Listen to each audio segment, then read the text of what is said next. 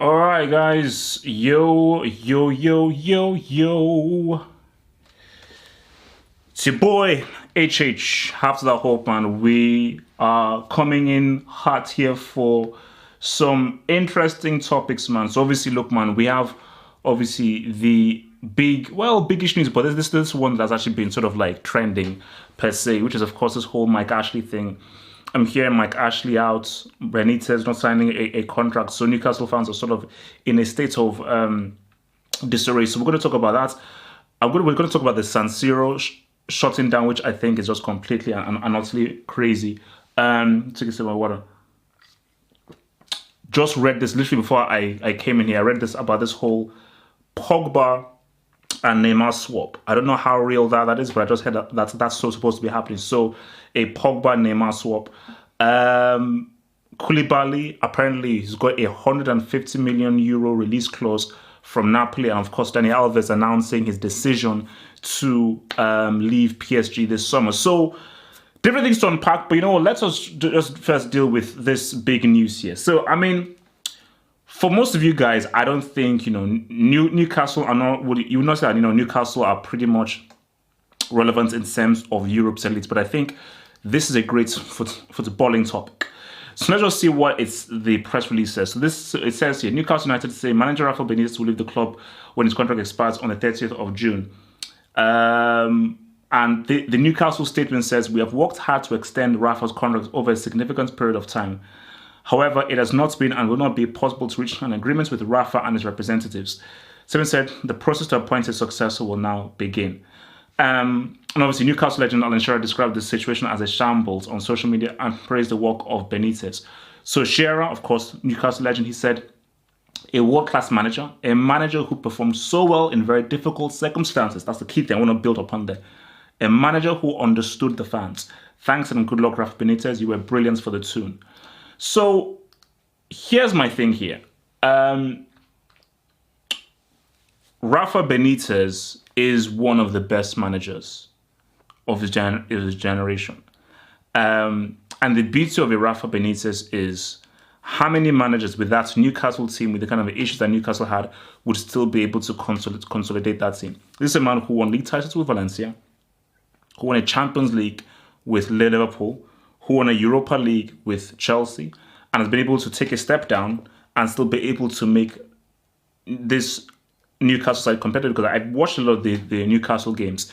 And for me, that is the beauty of management. The beauty of management is, can you live with a Scunthorpe? Can you operate and still ball with a Braunschweig? Can you say what's up with a Granada? Can you say howdy with a Pescara? So that's what the manager thing will go. And for me, it is, Mike Ashley's rich. For my day job, I work for a news channel and everything. So for my day job, we were actually doing a story on Mike Ashley. This was probably about a year or two years ago. And this story that we're doing, Mike Ashley was walking through this kind of like, those kind of gates that you have at the airports where they see whether you've got keys or anything. And they said, oh, look, just empty your pockets. I swear to you, this guy must have brought about 4 or 5 wads of cash, huge wads of cash out of his pockets. So when a guy's operating with cash at hand like that, he's got money. He's got money. So I think that it is insane, because I don't care what anyone says, Benitez was not asking for the world. Benitez was not asking for a crazy, ridiculous offer. He definitely deserves a better contract. And 1,000%, I believe that Mike Ashley and the money that he makes from Newcastle Football Club, that despite Newcastle not being relevant among Europe's elites, they're still one of the biggest clubs in England. And they have a huge, massive, huge fan base. Huge fan base. So they're very much in the green. And for Mike Ashley, you know that the fans love Rafa Benitez. You know that they love him.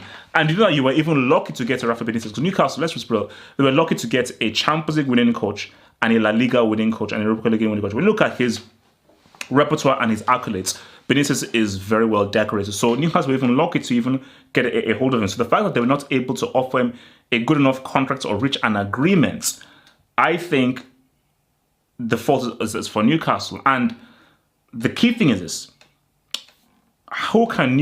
what top tier manager can Newcastle attract? That's the thing. What top tier manager are Newcastle going to able to attract? I don't know, bro. I really do. I really don't know. So, I mean, your boy says Allegri. Is Allegri going to go to Newcastle? That's the first thing. Second thing, if Allegri goes to Newcastle, will Allegri do as well as Benitez? Let me answer that for you. No, he won't. Don't be fooled by Allegri's success at Juventus, a team who were already winning before he went there. People forget about Allegri's time at AC Milan. So if Allegri goes to Newcastle, you don't have an Ibrahimovic, you don't have a Cristiano, you don't have a Tevez, you don't have a Pirlo, you don't have a Mandzukic, you don't have a Chiellini or so forth. You've got a pretty average team with some pretty good players, but most of your players are tier 3. You have no tier 2 or upper tier 2 players. Do you then believe Allegri will still be so successful there? I have no idea. Now, people mentioning my boy Uncle Mo. Because Uncle Mo is my boy, and he's my guy, Uncle Mo, I don't want you near Newcastle. Uncle Mo is waiting for PSG to come to their senses to give it to him. Uncle Mo and PSG has to happen. So Uncle Mo just waiting until PSG get their senses. So Uncle Mo can go to PSG and lead them to the Champions League. I'm on record saying that. I'm on record. If Mourinho goes to PSG with the win the Champions League, fact. Give him a sum of his players, Mourinho will deliver PSG the UCL in the first season. 100%. 100%. It's simple. You want the UCL? Get Mourinho. So, for me, I don't even know who. I mean, again, someone mentioned Chris Hughton. You can name all of these names, and these names are possible. Who wants to work under Mike Ashley? That's the key thing. This guy is known to be a pretty poor chairman. But then this thing it goes further. So I was on social media, and a lot of Newcastle fans said we're gonna start to rebel, we have to protest and so forth. And I think they said we have to now organize something as a concerted effort as a whole, where all of us as a fan group we reject the we don't buy any shirts. We don't buy any merchandise. We don't go to the games. That's all well and good. If everyone does it. Or if 95% of the fan all come together and they don't go to the games, they boycott the games, they don't buy any of the merchandise, they don't buy the new kits for the season. If that happens, then Mike Ashley has to act. Because it will make... Imagine if you went to a Newcastle home game and it was 90% empty. Imagine if Mike Ashley got the spreadsheet of the first quarter and like, we've only sold 10% of our new jerseys. Then they'll be screwed. Tell you, do you know what if Newcastle, let's say they just hire, let's just say they hire Jiminy Cricket. Let's say they hire Jiminy Cricket as their new manager and they end up getting relegated next season. I don't know how Mike Ashley would actually even survive. But what I was actually hearing that apparently Mike Ashley was actually going to sell the club to some people. That's what I had. I thought he was going to sell the club. Sorry, let me just quickly grab my phone. I thought that there was supposed to be like some rich owners who were going to actually buy into the whole Newcastle thing. So that's what needs to happen. That is what needs to happen. That someone needs to just buy into this club and just say, you know what, let's do a Qatari group. Let's do an Abramovich, because I think that is the only thing that's going to really make anything happen. But look, that is why I have to see what the Newcastle fans do, because what I want to see is as an experiment. I want to see Mike Ashley stay. Let's say Mike Ashley stays. What do the Newcastle fans do? Mike Ashley says, no, screw it, I don't care. Screw Rafa, I was not willing to pay him them cash and so forth. Let's just say that he stays. My thing will now be, what are the fans going to do? Because let me tell you what I think what will happen is some will boycott. 90% of the fans will still buy the merchandise. They will buy the jerseys, and experience the fans will still turn up for the stadium. And once that happens, my gosh will be like, bro, I can do whatever the hell I want. These fans, it's their drug. This whole thing on Newcastle is a drug, and they will keep on coming back time and time again, man. So it is what it is. So let's move on to our. This is a sad one. Let me read what's been said here. This is a sad one. So, San Siro, one of football's most iconic stadiums and home to Italian giants AC Milan and rivals Inter, is set to be demolished. It has been announced. Speaking to Gazzetta dello Sport, the AC Milan chairman Paolo Scaroni confirmed that the two clubs have agreed to replace the historic old Giuseppe Meazza Stadium with a brand new state-of-the-art arena close to the same site. So, quotes, everything is proceeding, unquote, Scaroni said from Lausanne. Quotes, will make a new San Siro together in the same area. The old ground will come down and in the place there will be a new one, unquote. So what did I say? So the two clubs submitted plans for a new £625 million joint project with a stadium set to be operational by 2022. Sad. Very sad. One of the first images I have of football was watching the Champions League in the 90s back in Nigeria. That was one of my very first memories.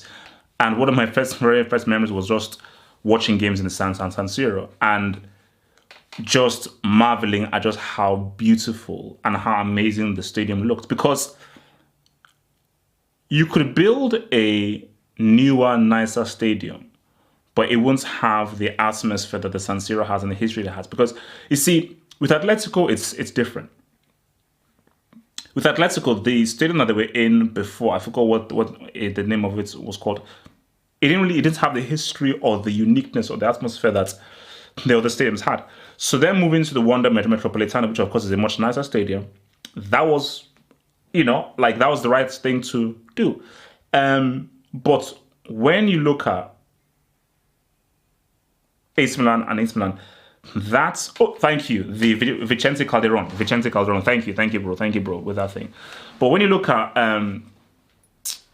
the San Siro, it was so unique.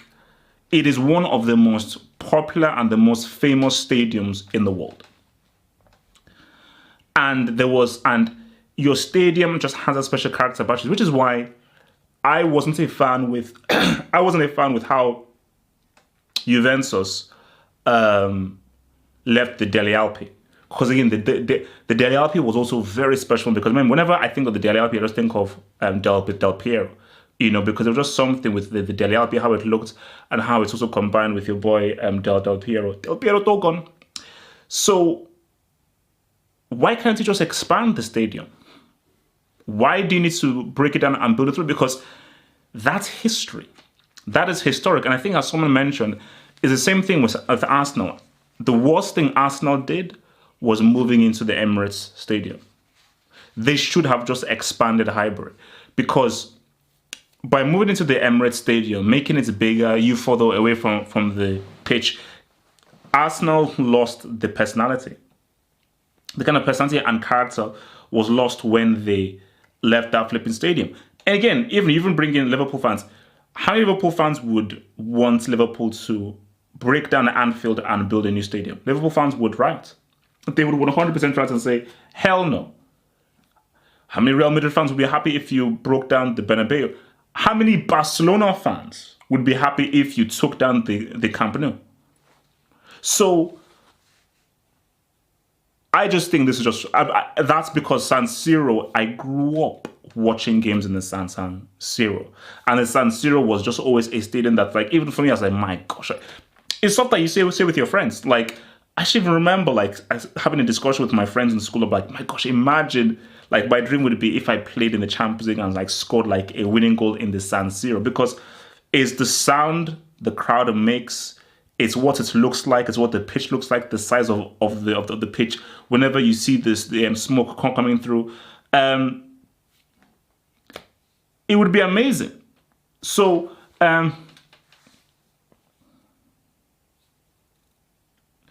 So interesting. So obviously you've got, Hazem, a Milan fan who is obviously for it, man. Interesting. So not an economic gain for me, but all I'll just say to Hazem obviously is that isn't there. So you're saying that there is no way for there to be somehow of an economic gain from having the San Siro. Because look, that is fair. There are always two sides of this argument. I see. Same thing with Juventus. As much as I wanted Juventus to stay at the Deli Alpi, I do understand them to move even towards the Juventus Stadium because they may be the economics. But also, I think having the crowd closer to the pitch, I think, was much better for Juventus. And I think Juve have actually improved as a team, having the fans a lot more closer to the pitch. So, again, you're looking at, I think for Tottenham, I think that was a great move by Tottenham. Very expensive, but I think that was a great move from Tottenham. But I think, look, I'm just talking about it in a sense of nostalgia. Merely, that's it. I'm just coming at it from a nostalgic point of view of like, oh my gosh, if only, man, it would be so cool. Because I don't like having to see this. There is no Milan fan that could tell me, even if you say, okay, we're losing economically, we will gain economically. It's easy to say this now, but I tell you, once that San Siro gets pulled down, it's not going to hit you now. It will hit you when you now know that San Siro doesn't exist. Once you now see images of that stadium just being taken down, ripped apart, and the constructors coming in and breaking apart, then it's going to hurt you. Then it will pain you. So, but I do agree that look, this is a business. It is a business. So if it makes better business sense to leave the San Siro, boom. Like, I won't argue. If it makes better business sense to leave San Siro, I won't argue. Then I'm like, you know what? That's fair. That is 100% fair. But look, let's say that it's sad. It's unfortunate, and I think because. Yeah, I think, White Hart Lane being taken down, White Hart Lane, Highbury being taken down. Highbury was special, but Highbury. I think Arsenal fans, Tottenham fans, even Juve fans will privately admit that the San Siro is much more special and much more historic than all of those other stadiums combined. That's everything. So, next little topic that we have here is, so this is what I was actually reading before I actually came on to do this whole thing in my jig. Neymar Pogba swap. So, I was given a bit to dodge about it because I saw The Sun, and The Sun is trash, the tabloid newspaper. But Give Me Sports reported the story, and Metro reported the story. So, the story goes as this. PSG apparently offered Neymar to Man United for a swap with Pogba. Speaking of swap, I will do a video on this. The worst swap of all time was a swap of Samuel Eto'o and Ibrahimovic. How Pep Guardiola was dumb enough, stupid enough to swap Eto'o, a prime Eto'o for Ibrahimovic, is insane. And the swap messed up because when Eto'o left, he ended up winning a Champions League game in 2010. And when Ibrahimovic came in there, it caused massive friction and massive arguments between him and the other dudes. So, but completely stupid. So, let's unpack this. So apparently, it's been rejected. United have said, hell no, we do not want Neymar with PSG. We do not want the swap deal. Thank you. No, thanks. We're going to be rolling through. So let's just look at it from different parties. If I'm Man United and that swap deal is available, sorry, I don't know why this plug thing is going all haywire. So if I'm Man United and this swap deal is available, of course you go for it. Of course you do. And all you need is a quality central midfielder. United have been struggling with quality in attack. Remember, I'm going to look at all different parties. If I'm Man United, this deal makes 100% sense. Bringing Neymar, bringing the midfielder, I think it makes sense. It is, but then there is a risk though. The risk is, what Neymar are you getting? Where is his head at? Will he enjoy the life of Manchester? Will his character and personality, and will he be able to be a hardworking and diligent and professional for what is needed for Ole Gunnar Solskjaer? That is a risk. Injury concern, how fit is he going to be? Is he going to be free from injury? That's another risk. From PSG's point of view, superb deal. An absolutely superb deal. Because in Pogba, you now have an explosive central midfielder. And I would be very interested to see how Pogba links up with an Mbappe. I think an Mbappe, with a Pogba and an Mbappe, I think that could be a recipe for something very, very interesting with regards to how they could combine. And I think, you get rid of Neymar, you get rid of that whole Neymar kind of ego block that has been within the team. You have your boy Pogba in there. I think that would be a great deal for PSG. Now, if I am Neymar, I don't want to go to Man United. No way. PSG, if you don't want me, my destination is either Barcelona or Real Madrid or maybe Bayern. But I don't want to go. No, I ain't going to Man United. And if I'm advising Neymar, Man United, that's not a place you want to go to, because that's a team that is 4 or 5 years in development and they're going into a very, very tough league. So if Neymar was to go to the Premier League, it would have to be the Man City or Liverpool. Those are really the two teams that would work for him. If I'm Pogba, oh my God, this is a.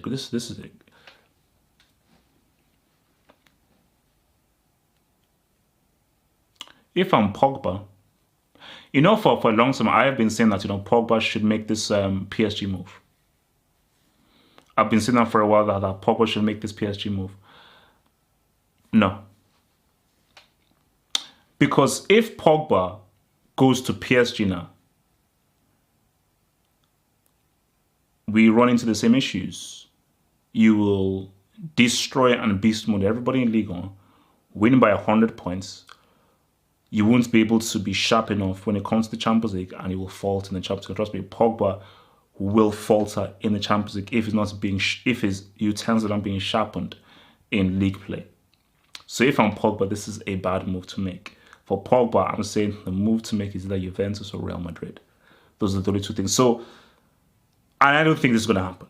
But that it would be interesting. If it did happen, I think it would benefit PSG more than Man United. But I don't think Pogba at PSG would necessarily be a recipe for leading them to victory in the Champions League. I don't think it would.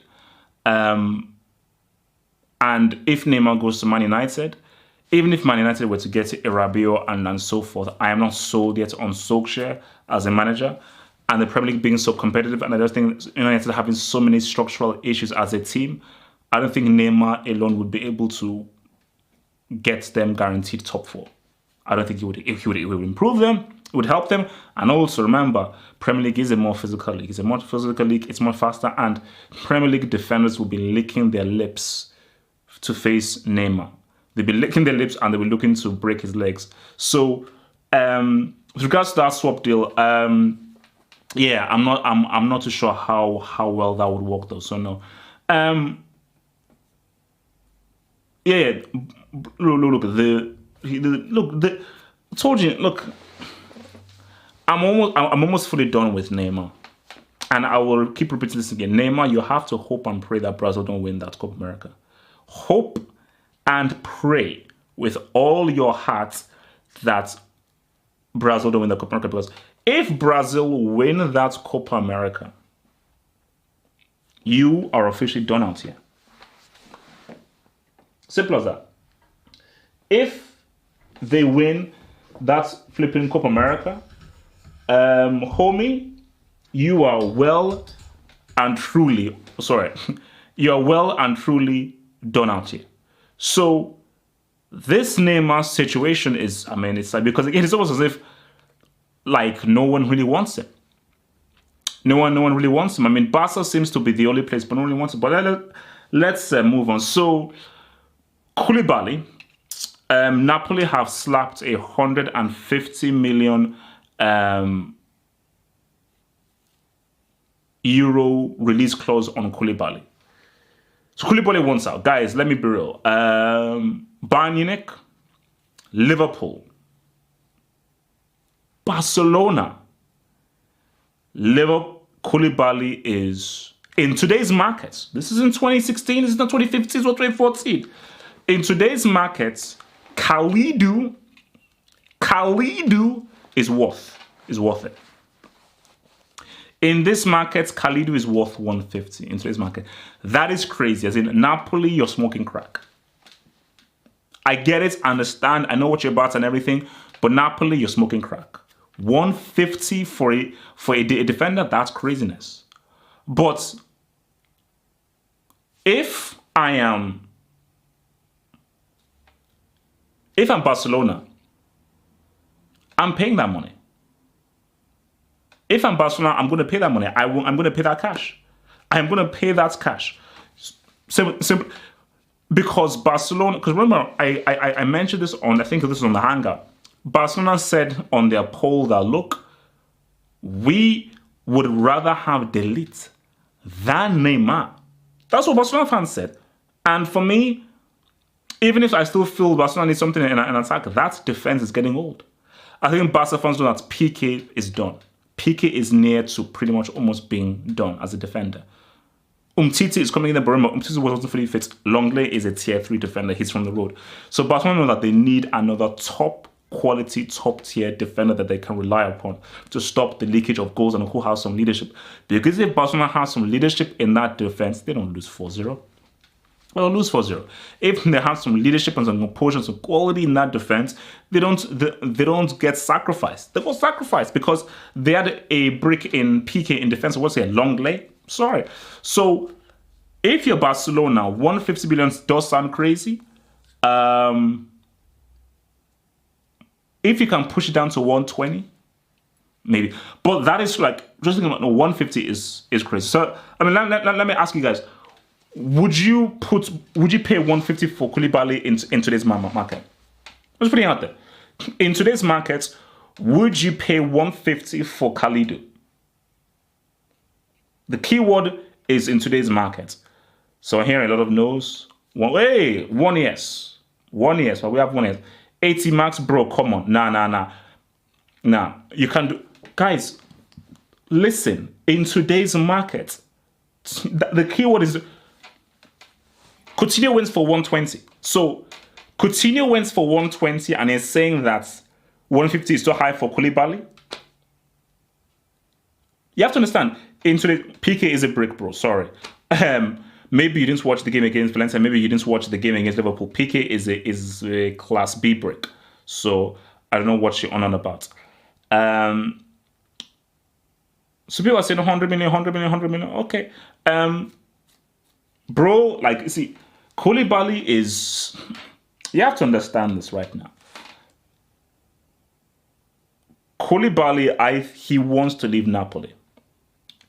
And when a player wants to leave a club and is not really psychologically, mentally, fully within at the club, his concentration will start to wane, which is why you're really seeing him. Maybe he's making a few mistakes here, a few lapses in concentration here.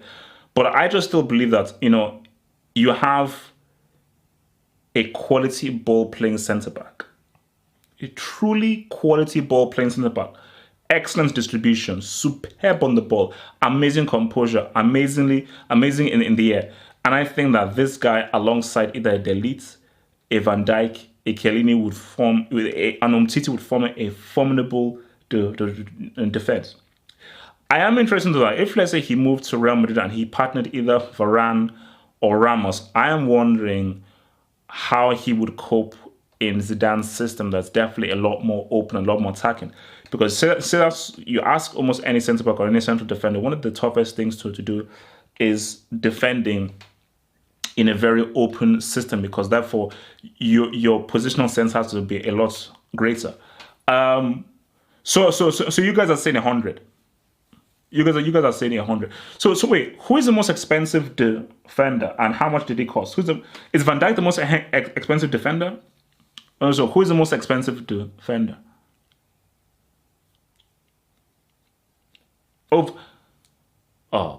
guys, come on. Okay, so Van Dijk is 75. So can we get 90 for Koulibaly? Can we get 90 for Koulibaly then? 90?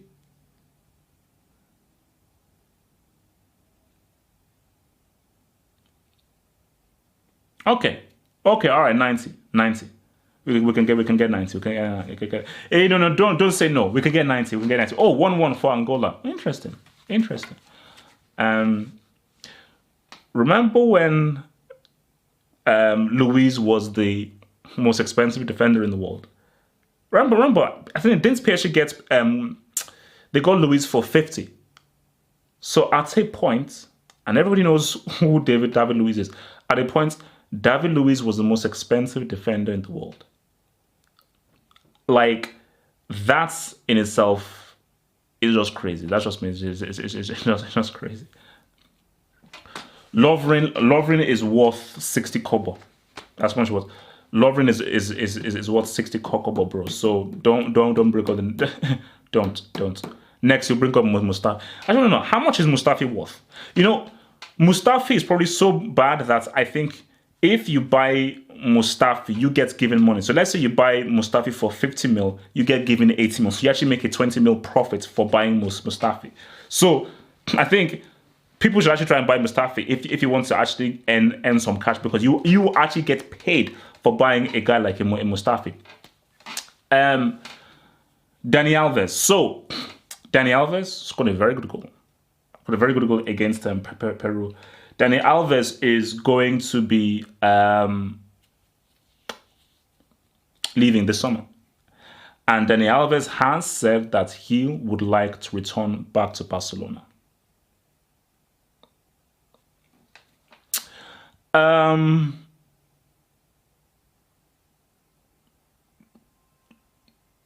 Alves, you're not 25 anymore. You're not 25, you're not 20, you're not 26, you're not 27. You're not that dude anymore. No. How old is Dani Alves? No. What? 36. And remember, not a 36-year-old centre back, a 36-year-old right back. And we all know that for right backs, they have to really go up and down. Stop it. Dani Alves, Bart Simpson is the best right back of all time. Sorry. Bart Simpson is the best right back of all time. Ashley Cole, you could argue he's a prick as a character. Ashley Cole is the best left back of all time. Ashley Cole, best left back of all time. Best right back of all time is Bart Simpson. So don't. Dani Alves, you may argue maybe second best. But then you go Carlos Alberto as well. So Dani Alves, for me, I think if you have Semedo and Alves in the team, you can't play Dani Alves ahead of Semedo. That's crazy. That's crazy. You have to play. Semedo has to play ahead of Dani Alves because Semedo is younger and he's getting better. Semedo is vastly improving. Because before when I first saw Semedo, good defensively, just was very solid. He's still good defensively. He's actually really brought a lot into his game going forward. There's much more skill into his game. He can now beat his man, and he now offers something a lot more in the last third. So it would be foolish of Barcelona to start a 36, 37-year-old in a new season. That would be insane. So for Dani Alves, I think someone mentioned it. Arsenal would be an interesting move. Bayern would potentially be an interesting. I don't know. Bayern would be interesting because remember, Bayern play a slower kind of game, so that may be interesting. So, but see, this is my math. I think Dani Alves, looking at Barcelona, is to combine with Neymar. I think him looking at things is to combine with Neymar. If Alves goes to China, he's a chump. If he goes to China, because that's only any player that chooses China, it just shows that you're a loser if you choose China. So look, man. So last half hour, man. Let me view your comments, man. So anything that you want me to talk about, hit you. But remember, man, super chats. is the way to support the channel. So if you send in a super chat, I will 100% read out your question and give you a shout out as well. And your super chat will of course help to support the channel. So whatever you want, let me view what you guys are saying in the thing.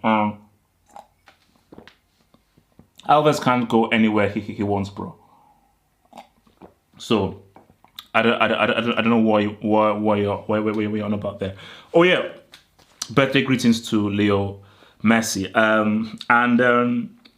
Argentina ain't winning the Copa America, bro. I mean, from what I saw there, I saw a team that is defensively they'll get caught open. They'll get caught open, and I don't think they'll ride there. Oh yeah, so let me even speak on this one. So people have been mentioning this whole Cameroon England women's game. Now this is my thoughts on this. For me, England, move on. Just move on. You won the game. Okay, yes, they were at the center circle. They didn't want to play on. You may call it unsportsmanlike and everything, but look, because people need to understand this. The women's World Cup game is still very young. The first World Cup was in 1999. So for Cameroon, this is a huge thing for them. Now, I am no. I mean, so basically, so for me, there are many factors because again, I maybe shouldn't say this in public. People may argue that, okay, because it's women, they may slightly be a bit emotional, so emotions will come into it. And for the Cameroonians, they felt that with the whole VAR thing, okay, they felt hard done by. And France, they didn't want to play. All that matters is, England, did you win the game? Did them doing that stop you from winning? Stop you from winning the game? No, it didn't. You won the game 3-0, so move on. So people saying, oh my gosh, Cameroon must be punished. They must be put down against this. Look, man, the women's game is still very young. Compared to the men's game, the women's game is still very, very young. It is still pretty much in its infancy. So for Cameroon, they were like, hey, look, man, we felt hard done by. It is what it is. So people can't, I just don't understand why people are making such a big deal out of it, So, but yeah, it definitely looks like if USA are definitely going to take home that World Cup, which it is what it is, man. But also it will be, man. Arsenal fans out there, I've been saying this to you guys for so long. I'll say it again. Play Alex Iwobi in his best position, which is his number 10 position. In his number 10 position, Iwobi is a quality player. That's what it is. Play him in his best position, he's a quality player. Like, his best position is number 10, because trust me, if Emery has any sense and he play him at the number 10, it will change them drastically. The thing that annoys me the most whenever I watch teams and football is when you see players being played out of position. And they're only played out of position because the manager has a very rigid view of what he wants. He said, no, this is my system, this is how I want my system to go. I'm going to force you to be here. Where it's like, no, don't do that. You may have your system and your viewpoint, but I think that it only makes sense if you are able to be flexible. A manager who is not flexible is a brick. A manager who's not flexible is a flipping brick, man. So Iwobi as a number 10, he's a centralized kind of player. And I am just hoping and I am just praying. Oh my gosh, Avram Grant's way I'm coming. I'm just saying Avram Grant is trending.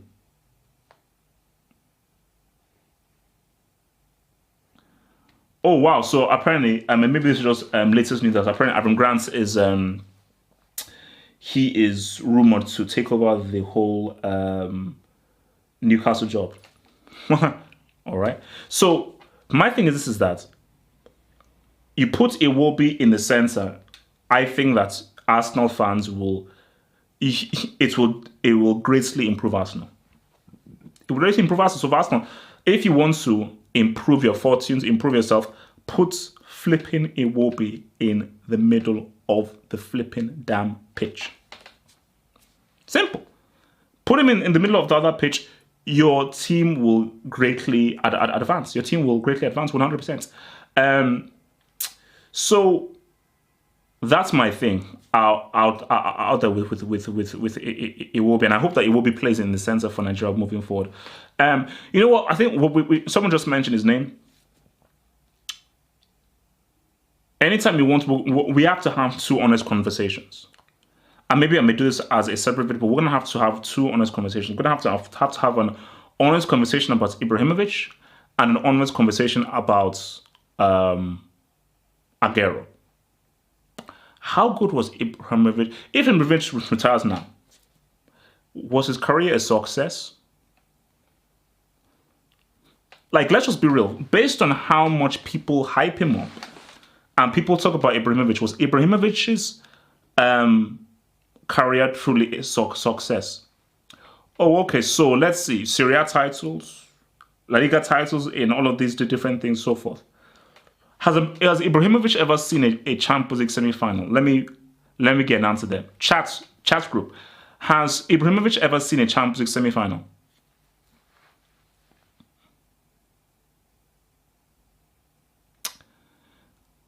Some boy said yes. I don't know which one that he saw. And I think we can all agree that Ibrahimovic has never seen a Champions League final. So you're calling, because again, I will give him a pass for Sweden. I will give him a pass for Sweden.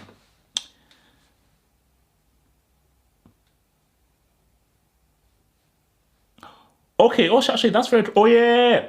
But true, Barcelona. Yeah, Barcelona. Oh, yeah. He did with Barca 2010. True. Okay. Has he ever been in a Champions League final?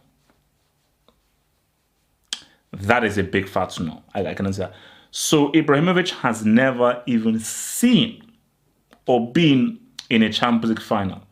And for me, for a player that is talked about the way that he is, that is touted the way that he is, for a guy of his talents to have never been to a Champions League final, I'm sorry, bro. I have a lot of issues calling his career success. Now, I'll say this with Ibrahimovic. As far as the goal repertoire goes, the guy's money. As far as goal scoring repertoire, his money. But when you look at his successes, we have to look at it in a full sense, because it is amazing. So he's won a league title in Holland, in Italy, in Spain, and in France. Obviously, he failed to do it in England. So he's won a thingy trophy in 4 different leagues. But my thing about it is, for someone that's good to have never even been to a champ, I feel for someone like that, you need to need at least one Champions League. Because look at the teams you played for. You played for for Inter Milan, for Juventus, for AC Milan, for PSG, for Barcelona, and you couldn't get to a Champions League final once. I don't know, man. I think we can say that Ibrahimovic's career was a success, but there is to be an asterisk. Successful, asterisk. You have to have an asterisk when you're talking about his career. And also following up, and again, this is probably another video that I would have to do as well. Gerrard and the whole Gerrard thing. And my thing is that I think, you see, I can't talk to fans of clubs who are tribalistic. I can't have a conversation with you. I only have football conversations. I don't support Man United. I don't support Real Madrid. I don't support Barcelona. I don't support Liverpool. So if you only talk to me as a tribalistic fan, don't talk to me. I can't relate to you. Now, if you want to have a football conversation, oh my gosh, I talk for football all day, every day. I can talk football all day, every day. So and this is what I always said. I said Steven Gerrard is a Premier League legend. If we're being objective here, Gerrard overall is a better midfielder than Lampard. Lampard did things better than Gerrard. Lampard did some things better than Gerrard, but overall, as a midfielder and as an overall skill set, Gerrard was overall better than Lampard. But to call Gerrard a football legend is false. That is false. That is just merely false, Gerrard, there are levels. There are levels. Gerrard will probably go into the tier 2 level of midfielders.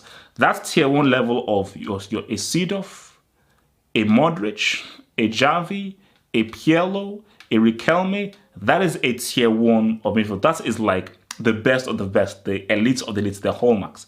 And then your tier 2s would have a Scholes in there. You'd have a Gerrard in there. You'd have a Lampard in there. You'd have a Rui Costa in there potentially. So you can't put Gerrard in that thing. Zidane, that is on a whole other level. Zidane, that is a chief Oga level. Because my thing about Gerrard is that, it depends what kind of game that you want. But if I'm building a team,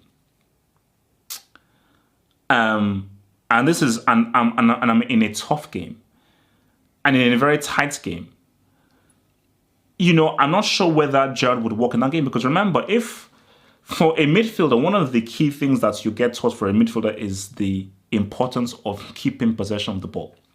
Especially when you're up against top teams, is the importance of keeping possession of the ball and dictating play. So that is what Pirlo, Xavi, Modric do to perfection. Being able to completely take control of the entire game by themselves. Gerrard just was not able to do that. Zidane probably did that better than anybody that we've ever seen, with an extra level of flair and grace. So my thing about this is that, look, Gerrard, as far as driving into the box, shots from outside the box, and being explosive in particular moments in games, Gerrard was amazing at that.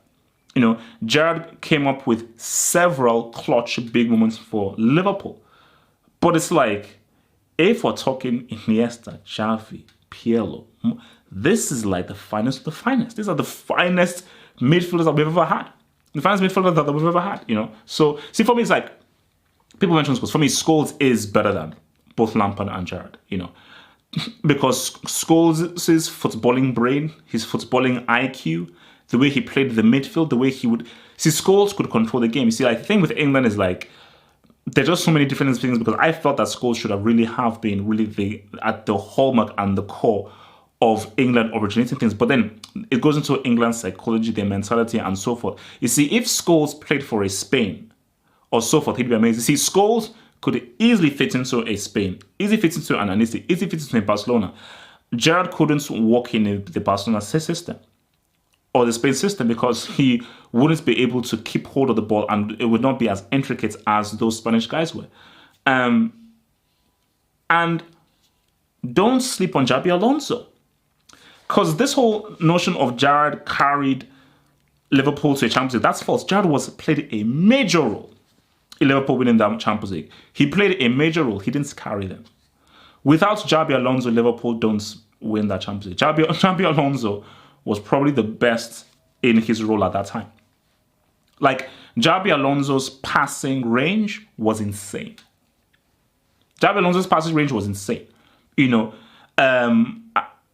And his quality and technique was flipping insane. But actually, the thing about it is that you get a lot of these fans who they just feel, and I think for a lot of Liverpool fans, they're oh my gosh, we just won the Champions, so let's just let's hold in, we're like a family, and anybody who comes against us, we must reply. And that's just childish.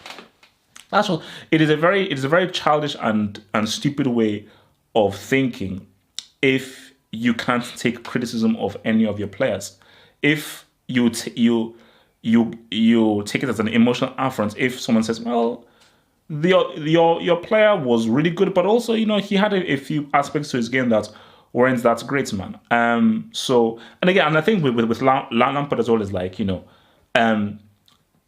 the strongest part of Lampard's game was his goal scoring. That's the strong part of it. He was also good at passing, keeping the goal, creativity. But what made Lampard revered was his goal scoring as a midfielder was insane. It was absolutely insane. For a player to score those amounts of goals from midfield is insane. It is absolutely insane. So that is why you would even say for that is like, but, and I think for me, you see, it is definitely a thing of how you view the game. And that's the key thing. That's why we always use the eye test. It's like, for me, when I look at Gerrard, he's a great workhorse. If you're looking for someone to try hard, give effort, give energy, be explosive, really drive through, Gerrard is in there. But when you look for technique, grace, creativity, footballing IQ, for a strong footballing brain, composure, that's not Gerrard. That's where you would look for a Pirlo and a Xavi and a Modric for that kind of composure. So again, you look at a Riquelme. Like Riquelme's technique was insane. Riquelme's technique and composure. Like Riquelme literally played at 1 mile per hour. This dude played at 1 mile per hour, and I was thinking, wait a minute, how can a dude play at 1 mile per hour and nobody can tackle him? This dude is literally walking, playing. He's playing in slow motion. And I was like, wait a minute, how can a dude play in slow motion and nobody can tackle him? But that is something that, and I couldn't even figure it out. I couldn't actually figure out how Riquelme would play so slow and nobody would be able to tackle him. But that's because Riquelme's brain was of a genius, because he saw everything 5 steps ahead. 5 steps ahead. He saw every single thing 5 steps ahead, which was so flipping insane. Sneijder, let's talk number 10s. Okay, we've got 9 minutes to go. 9 minutes to go. Number 10s. Who's the best number 10 of all time? Let me put that out there for the crew. Best number 10 of all time. Because there are a few names. Sneijder's in there. Totti's in there. Silva. Pele.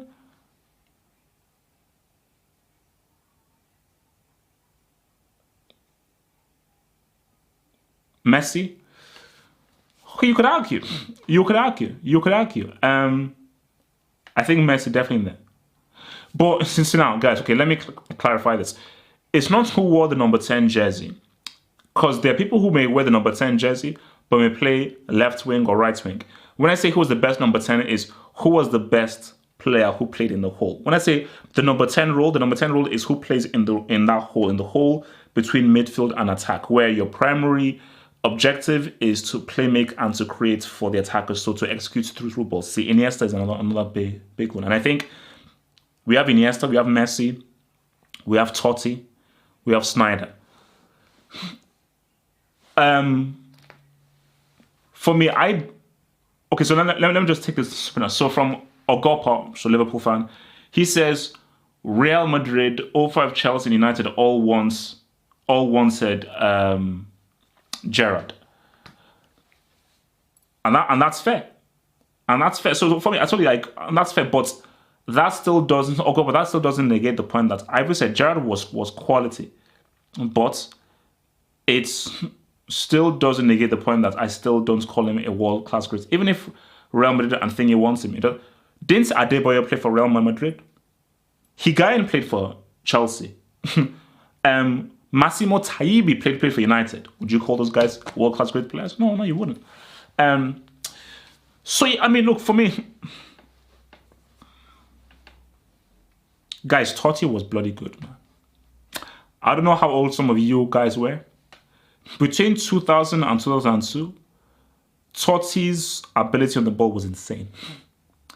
Now, the thing about Messi is this. Messi is definitely a great number 10. The thing about Messi is this. If he puts Messi in the Inter Milan 2010 team, would he be as effective?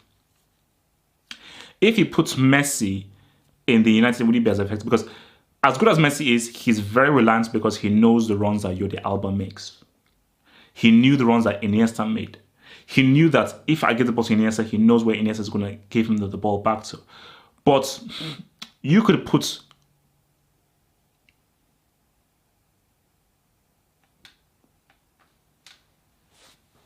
He said the name.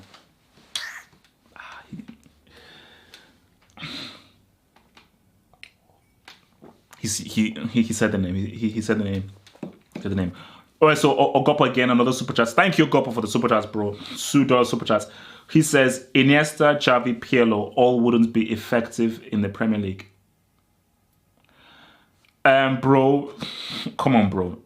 Let's get real.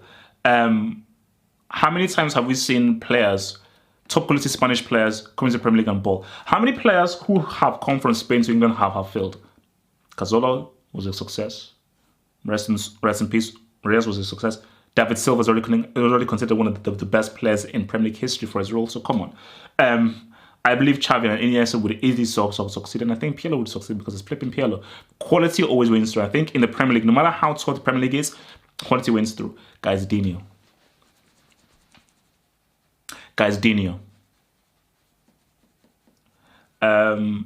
Bro, who the hell are you? I ain't taking off no sunglasses. If you come to my page, I wear this flipping sunshade. So it's funny for people. How do you waltz in to my football hut and start saying that I should take off my sunshades? Bro, the audacity, man. The flipping audacity, man. The hell out of here, bro. You see, that's the thing. Dino, he did play on the left. Dino definitely did play on the left. But I felt that he was much more of a centralized dude. I felt like he was much more of a centralized dude. That's what I really felt from Dino. But Dino as a number 10 was big time, bro. Dino as a number 10 was, the dude was big time. Tell you one thing. Someone thought I was Drogba. When I was walking around, I was like, wait, what the hell? Someone actually thought I was Drogba. I was like, hey, Drogba. I was like, hey. So that, Bergkamp, bro. I think we have to have a conversation about this, man. Who was the best? Like, no. Let me put it on Twitter, man. Bergkamp is, oh, bro, that's huge. Okay, man. Let's see. So having this debate on my live show. Who was the best at playing the number 10 role?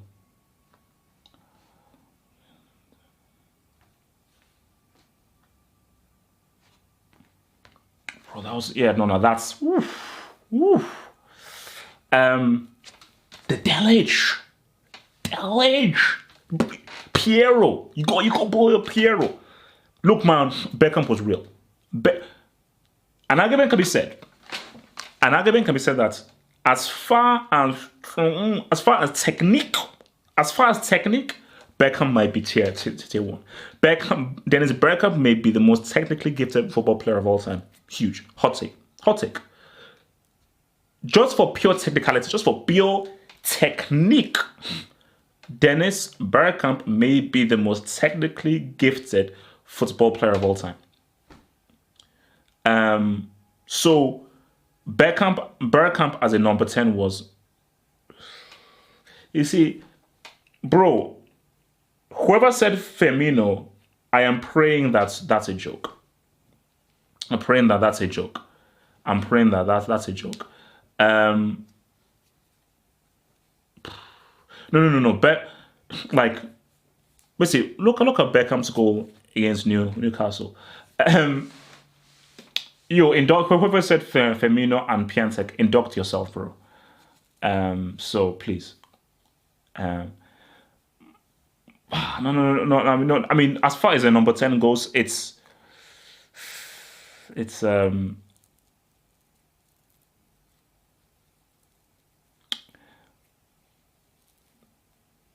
hey, look. I love my boy Okocha, man. But no, Bergkamp was. If I had to pick one, again, this is bro, Totti was money, man. Because for the things I look for in number 10 is the execution of your through balls. How good were you at executing the art of the through ball? That's the key thing. The art of the through ball. And for me, the two names I think of are Bergkamp and Totti. I think Totti and Beckham for creativity and executing the through ball to strikers. Woo! Those guys who could. Oh no, Maradona as well, man. I mean, you've got to write in you've got to write in Armando, and Maradona produced one of probably the top. But let me ask you guys this: before I leave, and end of the show, best through ball you've ever seen. I'll give you two. Best through ball I've ever seen. Riquelme's through ball to Saviola in the in the 2006 World Cup. Hey, and Pirlo's through ball to Grosso at the 2006 World Cup as well. Dele Alli to Kane. Which one was that? Which Kaka one was that one?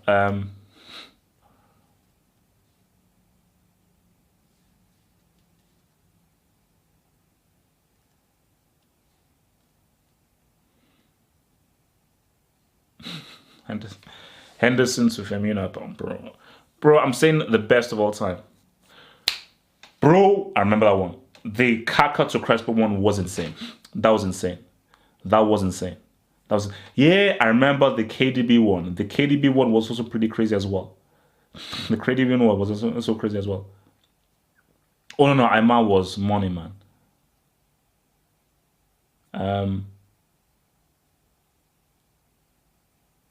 I'm sure Dani must have done a crazy no-look pass out at one time. You know, Chris must have done a crazy no-look pass out at one time. Guys, this has been it. This has been swell. I will see you guys yet again. So, of course, we've got Copa America, we've got Nations Cup, Ghana play tomorrow. I will see you guys yet again tomorrow for another live. Peace out, stay true, and eat your veggies. Peace.